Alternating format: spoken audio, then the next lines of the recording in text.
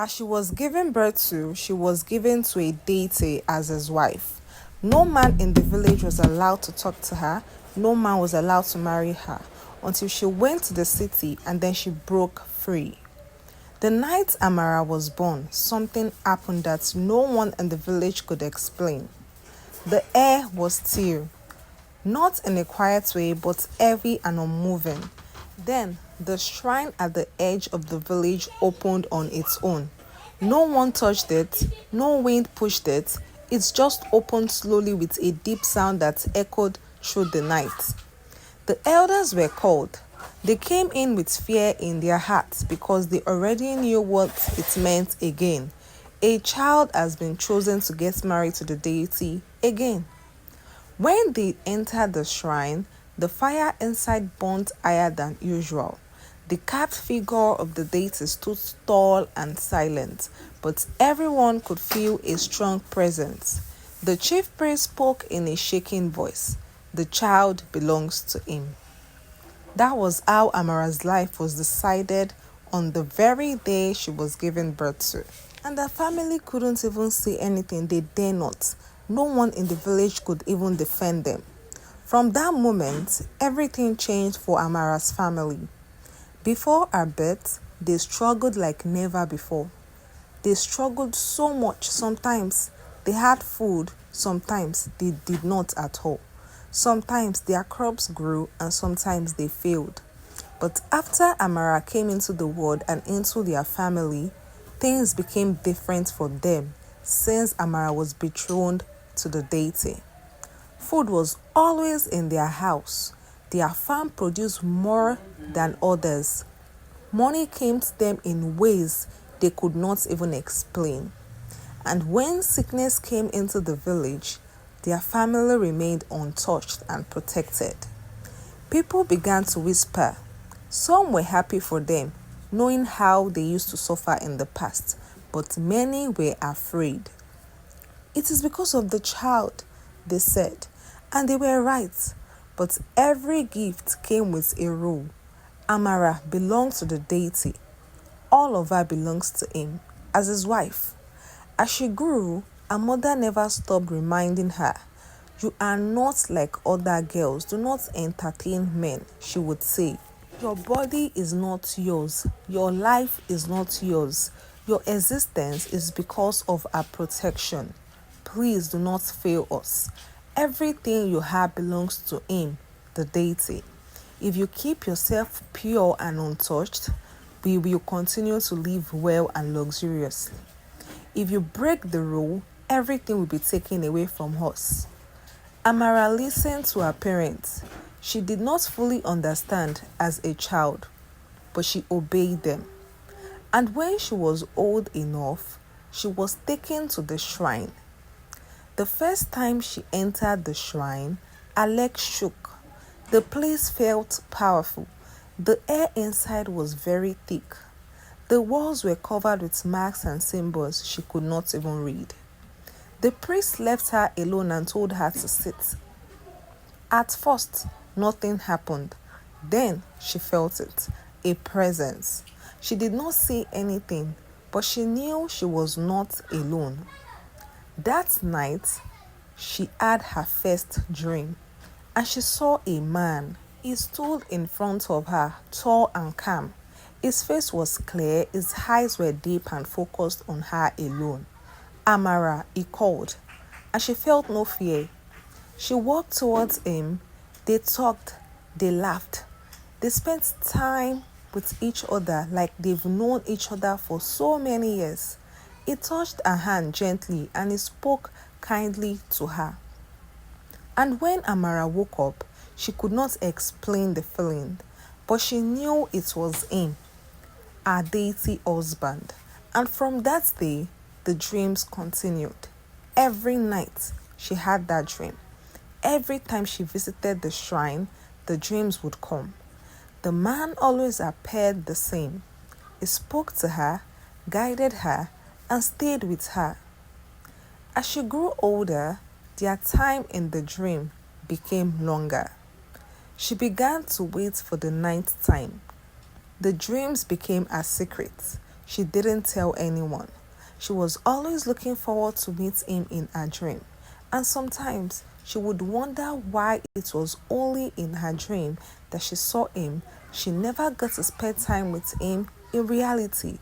And it kind of bothered her a lot. Years passed and Amara became a young woman. Her beauty became known across the village and even beyond. Men noticed her, but no one dared to go near her. They all knew the story. They all knew what she belonged to. Some avoided her completely. Some respected her from a distance, but none touched her. None spoke to her. Amara lived quietly. She followed every rule. She stayed clean. She stayed away from men as advised by her parents and the elders in the village. She visited the shrine regularly, and the deity remained pleased with her and her family and the entire villagers. Things were going so good for the villagers. They were planting well, the rain was falling well, and things was good for them. Her family continued to live well. The village also benefited. Crops grew perfectly well and things remained balanced. Everything was fine until Amara began to think differently. It started slowly.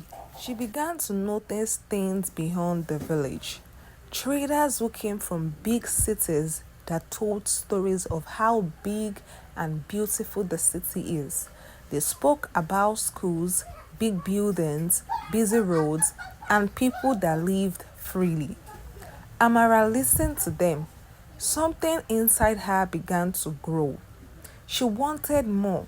She wanted to experience life beyond just the village. Not because she lacked anything, but because she wanted to understand the world outside. And one day, she spoke. As she said, I want to go to the city. The room went silent. Her mother stared at her in shock. Say that again, she said. I want to go and study, Amara said. I want to learn more. I want to be educated. Her father stood up immediately and said, that is not possible. That can never be possible. You know you are married to the deity. And Amara said, I will not break the rules. I only want to go to school and I will return once I am done. They tried to convince her not to. They told her to spend time in the village and with the deity, but Amara didn't listen. Soon, the news spread quickly round the village. The villagers gathered. They tried to stop her. You already have everything, one elder said. What are you looking for again? Why do you want to risk it? They asked her. He chose you, another one added. You cannot walk away from that. Amara stood firm as she said, I am not walking away. I just want to learn. They argued for days. Finally, it was decided that the deity must be consulted first. That night, Amara went to the shrine. She sat alone. The air felt heavier than usual. And when she slept, she dreamt again. But this time, the man did not smile with her. You want to leave, he said. Yes, Amara replied, trying to remain calm. Why? He asked. I want to learn, I want to be educated, and I want to grow, Amara said. There was silence. Then he spoke again, slower this time. Out there, men will see you. I will not look at them, Amara replied. They will speak to you, the man said. I will not listen, Amara replied. They will touch you, the man said. I will not allow it, Amara replied. His eyes did not leave hers. If you betray me, everything will be taken away from you, the man said. Amara felt fear, but she still nodded and she said, I will not betray you. And the dream ended. The next day, the priest announced that she could go. The villagers were not happy, but they had no other choice. Sacrifices were made. Prayers were said. Amara left the village. The city was nothing like she had imagined. It was loud, busy, and full of movement, unlike the boring village she came from. At first, she stayed focused. She attended her classes, she studied hard, she returned home quickly, she avoided unnecessary contacts, and she kept to her promise. Weeks passed, then she met a lady called Tina, her roommate. Tina was everything Amara was not. She came into the room after Amara got admission. She was bold, she spoke freely, she lived without fear. And she said one day, "You are too quiet." "I am fine," Amara replied. "No, you are not fine. You are not living," Tina said. "You are only existing." Amara ignored her at first, but Tina kept coming back. "Come, go out with me and let's have fun," she said one evening. And Amara replied her saying, "I do not go out." Tina insisted and she said, "Just this once, you will like it." Amara hesitated. Then she eventually agreed. That night changed everything. The music, the light, the people, the energy, everything was new. At first, she felt uncomfortable, but slowly she began to relax. She started going out more often.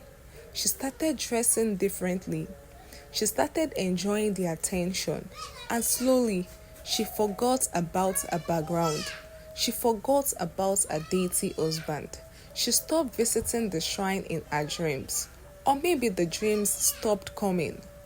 Then she met a man named Daniel. He was calm. He listened when she spoke. He made her feel understood.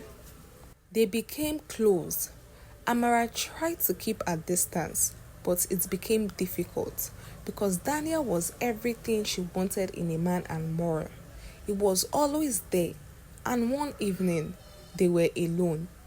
He looked at her and said, "I care about you a lot." Amara felt something she had never felt before. Fear mixed with desire, and she said, "I cannot." "Why?" he asked. She had no answer. He held her hand. She did not pull away. That night, she crossed the line she never shouldn't have. The moment it happened, something changed. Far away in the village, the shrine began to shake. The fire inside went out. The priest woke up in fear.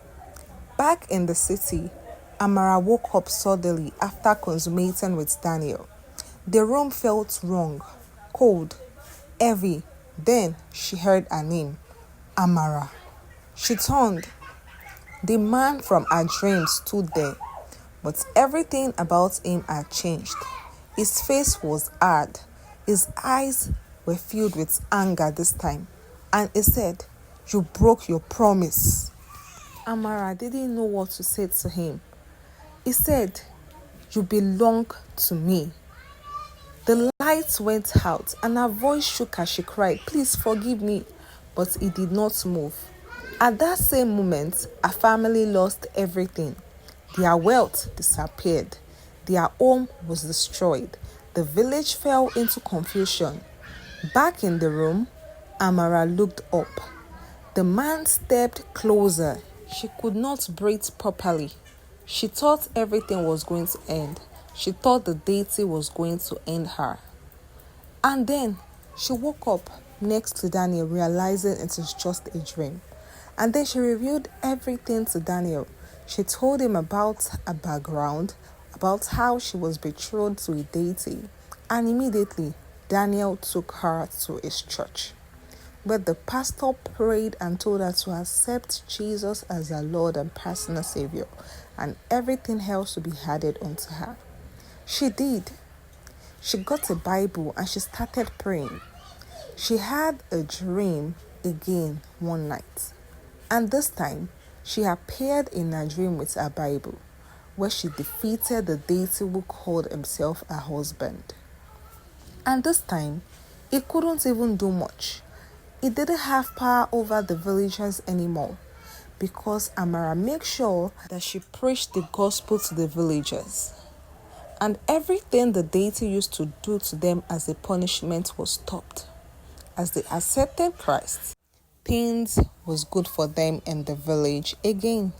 They didn't need to make sacrifices to any deity, and there was no lady betrothed to any deity anymore. The end. Thank you so much for watching this video. Please do not forget to like, share, subscribe for more. See you guys on the next story.